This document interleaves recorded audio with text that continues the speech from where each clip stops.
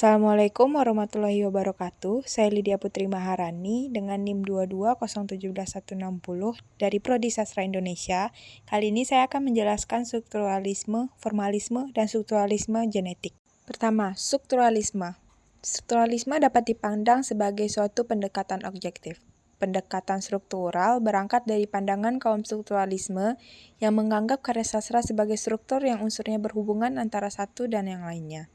Pendekatan strukturalisme dalam karya sastra dipelopori oleh kaum formalis Rusia dan strukturalisme Praha yang mendapat pengaruh langsung dari teori linguistik Ferdinand de Saussure.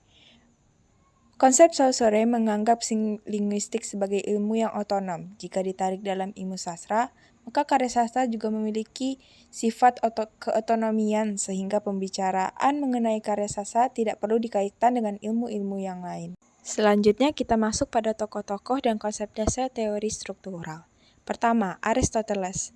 4 konsep Aristoteles yaitu complexity, berarti bahwa luasnya ruang lingkup dan komplekkan karya harus cukup untuk memungkinkan perkembangan peristiwa yang logis untuk menghasilkan peredaran nasib baik ke nasib buruk, ataupun Chorence berarti bahwa sastrawan tidak bertugas untuk menyebutkan hal-hal yang benar terjadi.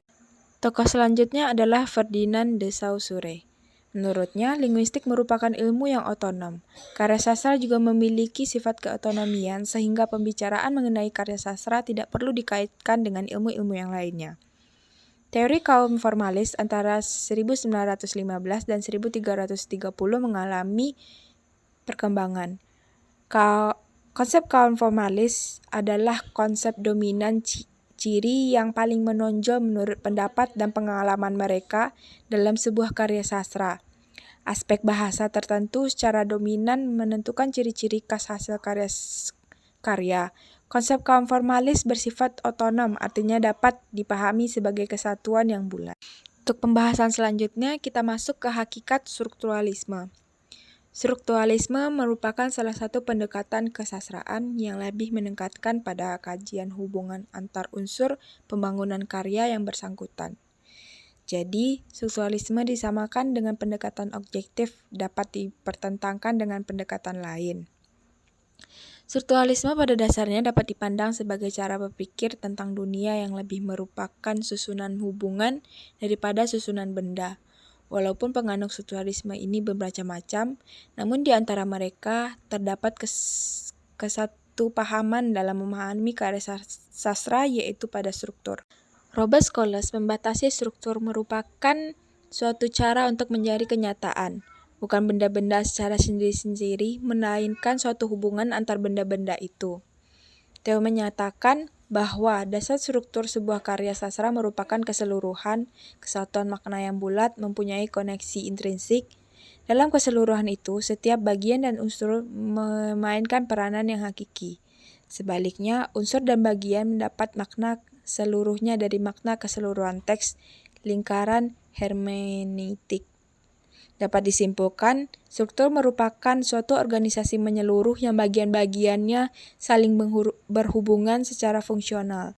Masuk pada tujuan strukturalisme, menurut Niagontoro, pada dasarnya analisis struktural bertujuan untuk memaparkan secermat mungkin fungsi dan keterkaitan antar unsur karya sastra yang secara bersamaan menghasilkan sebuah menyeluruhan. Prinsip dasar pendekatan struktural menurut Theo pada tahun 1984 adalah pendekatan struktural bertujuan untuk membongkar dan memaparkan secermat mungkin keterkaitan unsur-unsur karya sastra yang membentuk makna yang menyeluruh universal. Selanjutnya, pendekatan struktural tidak menjumlahkan unsur-unsur. Terakhir, pendekatan struktural berusaha menyemantikan, termasuk menyemantikan gejala bunyi dalam karya puisi. Ada langkah-langkah penerapan teori struktural untuk memahami karya sastra. Misalnya, mendeskripsikan unsur intrinsik seperti plot, tokoh, penokohan, latar, sudut pandang, tema, dan amanat.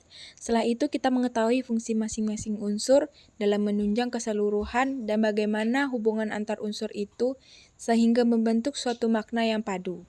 Keterpaduan ini dapat dilihat dari hubungan antar peristiwa satu dengan peristiwa yang lainnya, kaitannya dengan pelompatan yang tidak kronologis, kaitannya dengan tokoh penokohan, dan latar, dan sebagainya. Masuk pada tahap kesimpulan, di antara berbagai pendapat ahli tentang struktural, terdapat kesatupahaman yang memahami karya sastra, yaitu pada struktur. Analisis struktur bertujuan untuk memaparkan fungsi dan keterkaitan antar berbagai unsur karya sastra. Analisis ini tidak hanya terbatas kepada menganalisis unsur intrinsiknya saja, tetapi yang lebih penting yaitu mengaitkan hubungan antar unsur tersebut dan membentuk makna keseluruhan yang ingin dicapai. Hal ini menjadi keuntungan metode strukturalisme yang memegang teguh kelengkapan, keterjalinan, struktur, dan otonomi karya sastra. Selanjutnya kita masuk ke formalisme. Secara etimologis, formalisme berasal dari bahasa Latin yaitu forma yang berarti bentuk atau wujud. Formalisme mengutamakan pola-pola suara dan kata-kata formal, bukan isi. Karena itulah cara kerjanya disebut metode formal. Formalisme menolak pandangan bahwa karya sastra sebagai ungkapan pandangan hidup. Formalisme juga menolak peranan karya sastra semata-mata sebagai sarana untuk hakikat kebudayaan secara luas. Tujuan formalisme ada sebagai studi ilmiah tentang sastra dengan cara meneliti unsur-unsur kesastraan, puitika, asosiasi, oposisi, dan lain sebagainya. Ada 3 pemicu faktor lahirnya formalisme. Yang pertama ada formalisme sebagai akibat penolakannya terhadap paradigma positifme abad ke-19 yang memegang teguh prinsip-prinsip kualitas. Dalam hubungan ini sebagai reaksi terhadap studi biografi. Kedua, kecenderungan yang terjadi dalam ilmu humanoria di mana terjadinya pergeseran paradigma diabsorpsi dan sinkronis. Terakhir, penolakan terhadap pendekatan tradisional yang selalu memberikan perhatian terhadap hubungan karya sastra dengan sejarah, sosiologi, dan psikologi. Selanjutnya masuk pada tokoh formalisme. Yang pertama ada Viktor Shklovsky. Ia mengemukakan bahwa sifat kesastraan muncul sebagai akibat penyusunan dan pengubahan bahan yang semula bersifat netral.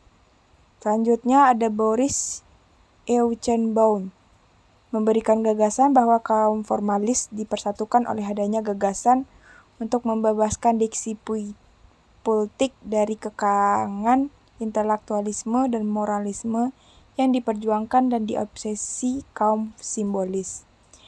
Terakhir ada Boris Tomaszewski, menyebutkan motif sebagai satuan alur terkecil. Secara umum, motif berarti sebuah unsur yang penuh arti yang diulang-ulang di dalam satu atau sejumlah karya. Masuk pada formalisme Rusia yang terjadi pada tahun 1915 sampai 1930. Gerakan avant-garde memberontak dan menolak terhadap tradisi dan kebudayaan. Sastra hendaknya menyesuaikan diri dengan zaman modern yang bergerak cepat dan bentuknya tidak menolak ketenangan. Reaksi terhadap aliran positifme tidak sependapat dengan aliran positifme yang terlalu memperhatikan data-data biografi dalam studi ilmiah.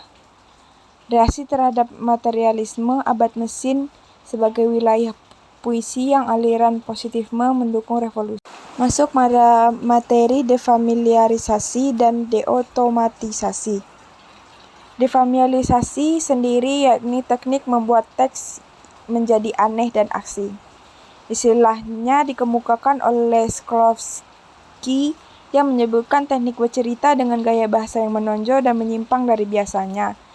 Teknik ini biasanya misalnya menunda, menyisipi, memperlambat, memperpanjang, dan lain sebagainya sehingga menarik perhatian karena tidak dapat ditanggapi secara otomatis.